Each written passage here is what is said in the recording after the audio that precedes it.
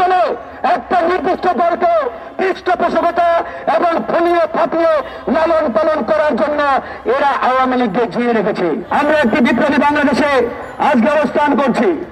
এই স্বাধীন সার্বভৌম বাংলাদেশে 5ই আগস্টের পরে জনগণের আকাঙ্ক্ষা ছিল এই অন্তর্বর্তীকালীন সরকার ক্ষমতার চেয়ারে বসে গণহত্যার বিচার করবে। কিন্তু আজকে 8 মাস পেরিয়ে গেল, এই সরকারকে যদি আমরা প্রশ্ন করি গণহত্যার বিচারের অগ্রগতি কতদূর, তারা কিন্তু কোনো সদুত্তর দিতে পারে না। মাঝে মাঝে ওই আন্তর্জাতিক অপরাধ ট্রাইব্যুনাল মিডিয়ার সামনে এসে বলে, হ্যাঁ আমাদের বিচার কাজ চলছে। কিসের বিচার কাজ? টানা 7ম-বারের মতো বেস্ট টিস্যু পেপার ব্র্যান্ড হিসেবে স্বীকৃতি পেয়েছে বসুন্ধরা টিস্যু। কচ্ছপের গতিতে আপনারা বিচার কাজ করবেন আর আমরা কি কিয়ামত পর্যন্ত অপেক্ষা করবো? এটা তো হতে পারে না। এদেশের মানুষের আকাঙ্ক্ষা এই সরকার চেয়ারে বসার প্রথমেই এই খুনি গণহত্যাকারীদের বিচার সম্পূর্ণ করার কথা। আমরা বিপ্লব গণঅভ্যুত্থান সিরিয়াতে বলেছি, ক্ষমতার চেয়ারে বসেই সেই ফ্যাসিস্ট গণহত্যাকারীদের ফাঁসির কাজটা তারা ঝুলিয়েছিল। আর ওরা ক্ষমতার চেয়ারে বসে হানিমুন করতে যায় বিদেশে। ইতিমধ্যে আপনারা দেখতে পাচ্ছেন কতিপয় উপদেষ্টার পিএসও না এপিএস 1000 কোটি টাকার অলরেডি মালিক বনে গেছে। পেপার পত্রিকায় আসে নাই। কেন আসে না জানেন? যাতে পেপার পত্রিকায় নিউজ না হয় এই জন্য তথ্য মন্ত্রণালয় নিজের পকেটে রাখছে। মিডিয়াগুলোকে বলে দিয়েছে আমাদের বিরুদ্ধে কোনো নিউজ করা যাবে না। আচ্ছা বলেন তো ভাই, তথ্য মন্ত্রণালয় হুমকি দেয় কারো এই স্পর্ধা আছে নিউজ করার? এই কাজগুলো আজকে হচ্ছে।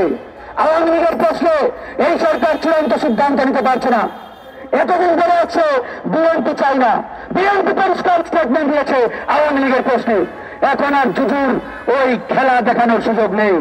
আমরা জানি তলে তলে একটা নির্দিষ্ট দলকে পৃষ্ঠপোষকতা এবং ফুলিয়ে ফাটিয়ে লালন পালন করার জন্য এরা আওয়ামী লীগকে জিয়ে রেখেছে। তলে তলে আওয়ামী লীগকে পুনর্বাসনের চেষ্টা করছে এরা। নানান জায়গায় দেখতে পাচ্ছি একটা নির্দিষ্ট দলে নতুন দল আওয়ামী লীগের কর্মীদের নিয়মিত তাদেরকে হীন করাচ্ছে। এই হচ্ছে অবস্থার আন্দোলন। আজকে জুলাই আহতরা এখনো রাজপথে তারা আন্দোলন সংগ্রাম করছে। কেন?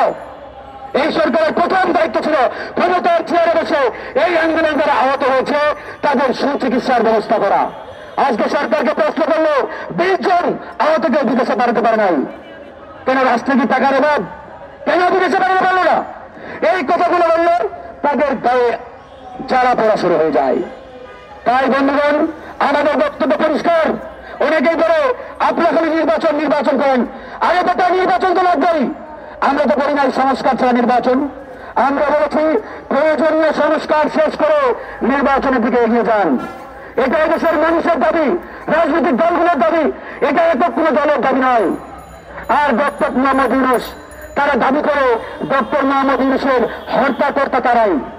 অথচ যারা ইউনূসের নামে খুনি হাসিনা মামলা দিয়েছিল, আমলাই তার পক্ষে বিক্ষোভ করেছি, প্রতিবাদ করেছি। আজকের এই নব্য বিপ্লবীরা সেদিন জন্মাই নাই। আর এরা এখন দাবি করে ডক্টর মোহাম্মদ ইউনূসের একমাত্র হর্তাকর্তার মালিকানা নাকি থাকেন। তো যাই হোক, এসব প্রতারণা করে বেশি দিন টিকে থাকা যাবে না। তাই আমরা স্পষ্ট করে বলছি, জনগণের যে দাবি, জনগণের যে অঙ্গীকার, সেটা অবশ্যই পূরণ করতে হবে, সেটা অবশ্যই বাস্তবায়ন করতে হবে।